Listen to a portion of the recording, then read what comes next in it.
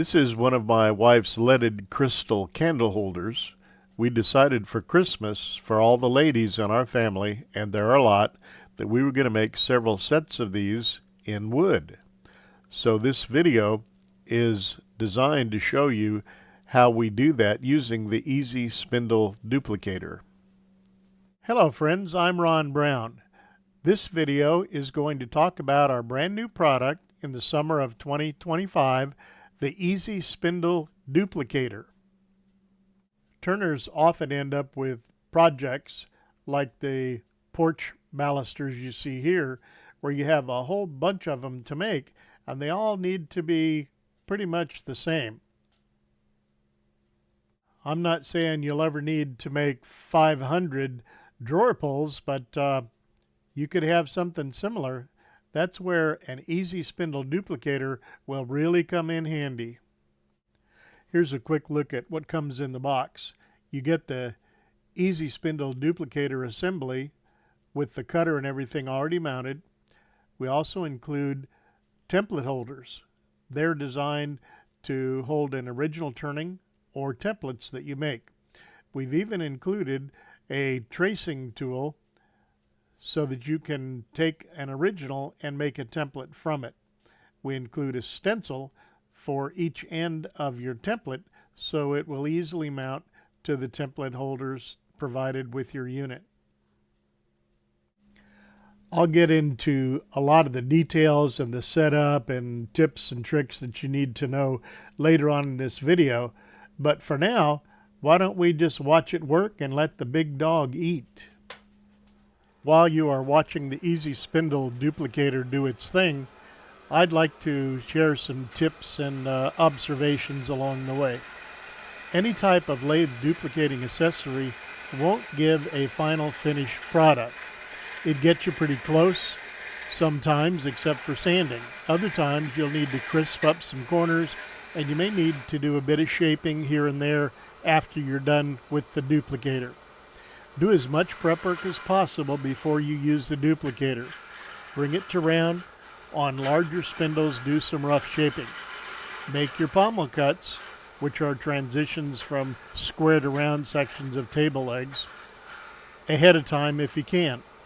Consider using a roughing storyboard to remove as much stock with a gouge as possible, as it's much faster than doing it with the duplicator. Square the corners and legs of balusters. Approximate the shaping if there's a lot of material to be removed. Double check the center line of the lathe if you're using a template. When cutting with your Easy Spindle Duplicator, speed is your friend. My Powermatic only goes to about 2400 RPMs. We replaced the VFD with an off-brand, and the settings need to be adjusted. On a turning of this small diameter, I would really rather see a speed of around 3500. Depending on the wood, you might need to take lighter cuts. Here I'm using some snake wood, and it's extremely hard, it's very dry, and it's chippy. On maple or walnut, I would have been able to take much heavier cuts. I like to begin near a high point and rough out as much waste as possible before I make a final pass to get the final shape before sanding. I usually crisp up the transition and pommels by hand. It is recommended that you work in batches. For example, let's say you're making 4 table legs. Cut the pommels and rough out as much material as possible on all 4 legs first. Then mount your Easy Spindle Duplicator and cut and sand each leg without dismounting the Easy Spindle Duplicator. If you need to sharpen the corners or pommels and do a final sanding on the lathe, remove the Easy Spindle Duplicator and remount each leg one after another.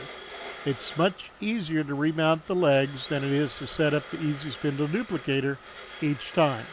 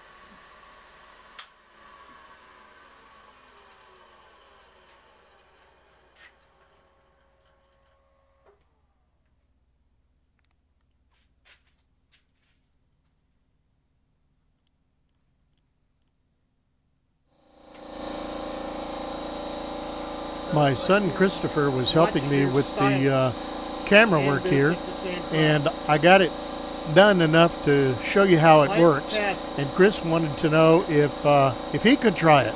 Now, I've got a lot of experience with these lathe duplicators since I own, this is the 5th one that I've owned. And Chris has never ever used a duplicator before. So here's how a first-time neophyte is able to use this right out of the box. And when he got all done, he said, wow, that was really easy and a lot of fun.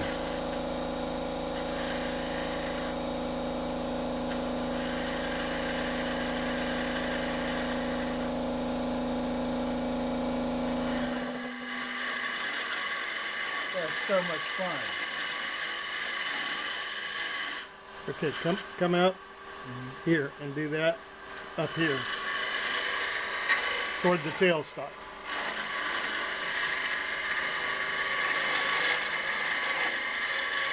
Okay, stop. Do it toward the tailstock. This is the tailstock. That's the tailstock. Watch your stylus. Okay, come this way. I'm trying to. You're in a hurry. I'm not.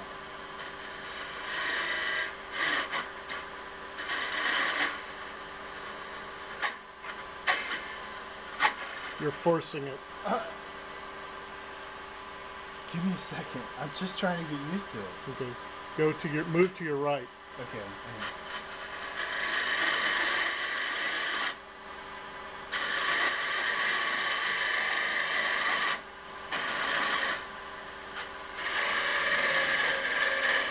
Light cut.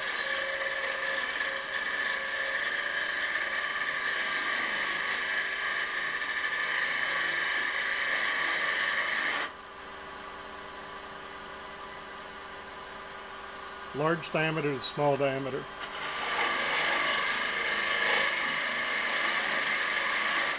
Oh, you mean from here to here? Yeah.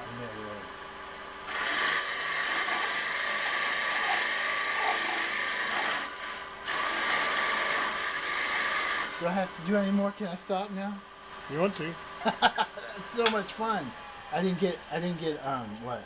A catch, but no, you shouldn't get. You should never get a catch for this. you just stop it. Friends, the rest of this video is technical, and we describe the bits and parts and pieces, things that users would be very interested in.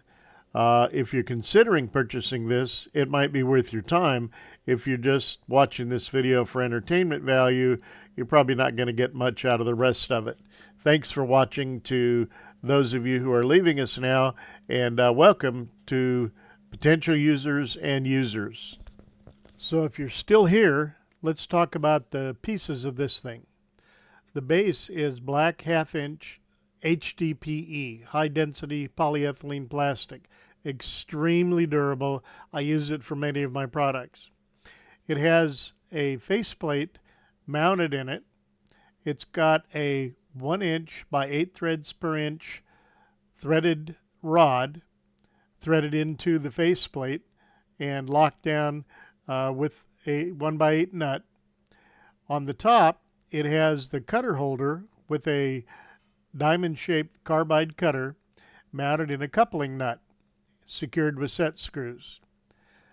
On the very bottom, you'll notice that there is a stylus that exactly matches the shape of the diamond carbide cutter. Also shown in the picture are 2 template holders. I've got the holders that we would use for an original turning installed rather than a template. I'll show you the template in a minute.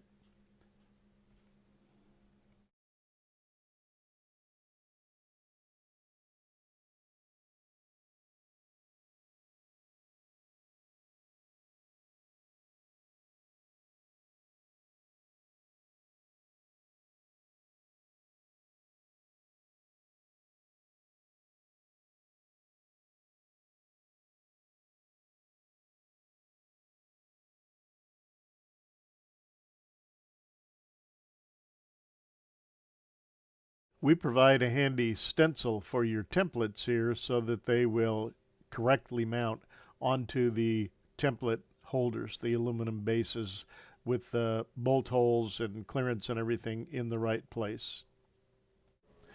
Let's talk for just a minute about the template tracing assembly, which is included with your Easy Spindle Duplicator. It would mount directly onto the 1x8 post. You'll notice that the carbide cutter holder assembly, the end of the carbide cutter assembly, is profiled to match the shape of the diamond carbide cutter. You would line up the profile on the cutter holder directly over the pencil held in the tracing template. The idea here is that you would mount the original turning between centers. The upper end, which is normally the cutter, now acts as the stylus, and the pencil would trace that exact profile on a blank template sheet. In order for the Easy Spindle Duplicator to work the way I designed it, you need to adjust it in 3 axes. You need to adjust the stylus and lock it down. You need to then adjust the length of the carbide cutter holder assembly so that the tip is directly over the point of the stylus. Some people pull it back a 1/16 of an inch to allow for sanding. That's totally up to you. And then you need to adjust it side to side. So make sure that the tip of the cutter is directly over the profile of the stylus. In addition to that, you need to make sure that the carbide cutter is exactly on the center line of the lathe. You don't want it above, you don't want it below, within a 32nd of an inch or so. The easy way to do that is you have height adjustments not only for the coupling nut, but for the threaded post. If you need to make micro adjustments to get it just exactly where you want it, you just loosen up both the coupling nut cutter holder assembly and the nut holding the threaded rod to the faceplate, and you can adjust it in micro increments. It's threaded 1x8, so each turn is 1/8 of an inch. So very easy to adjust, and be sure you lock everything down. I can't overemphasize how important it is that everything is tight, that it won't move when you're cutting. So when you lock this down, there will be lock washers provided. You need to crank down on it pretty hard, because the last thing you want this to do is move during a cut.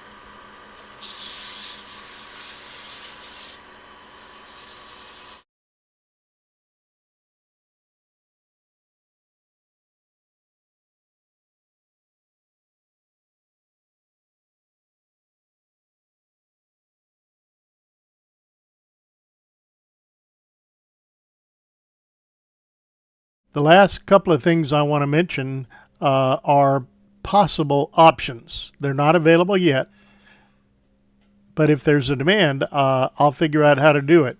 And that is, in addition to the diamond, I may add another tool holder that would hold a square cutter with a 2-inch radius, not really square, but mostly square, for roughing operations.